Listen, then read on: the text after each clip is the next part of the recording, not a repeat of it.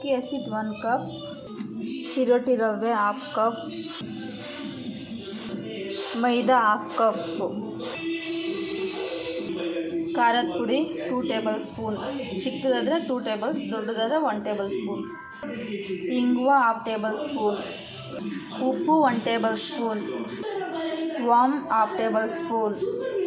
ಇದು ಫುಲ್ ಈ ಥರ ಮಿಕ್ಸ್ ಮಾಡಿಕೊಳ್ಳಿ. 4 ಟೇಬಲ್ ಸ್ಪೂನ್ ಎಣ್ಣೆ ಬಿಸಿ ಮಾಡಿಕೊಂಡು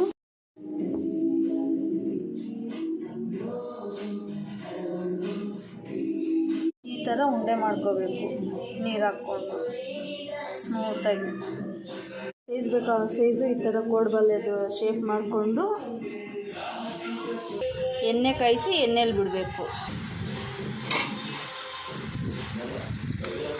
ಈ ಥರ ಒಮ್ಮೆ ಟ್ರೈ ಮಾಡಿಕೊಡ್ರಿ. ಮಕ್ಕಳು ಆಚೆ ಸ್ನ್ಯಾಕ್ಸೇ ಕೇಳಲ್ಲ, ಮನೆಯಲ್ಲೇ ಮಾಡಿಕೊಡ್ರಿ ಅಂತ ಕೇಳ್ತಾರೆ.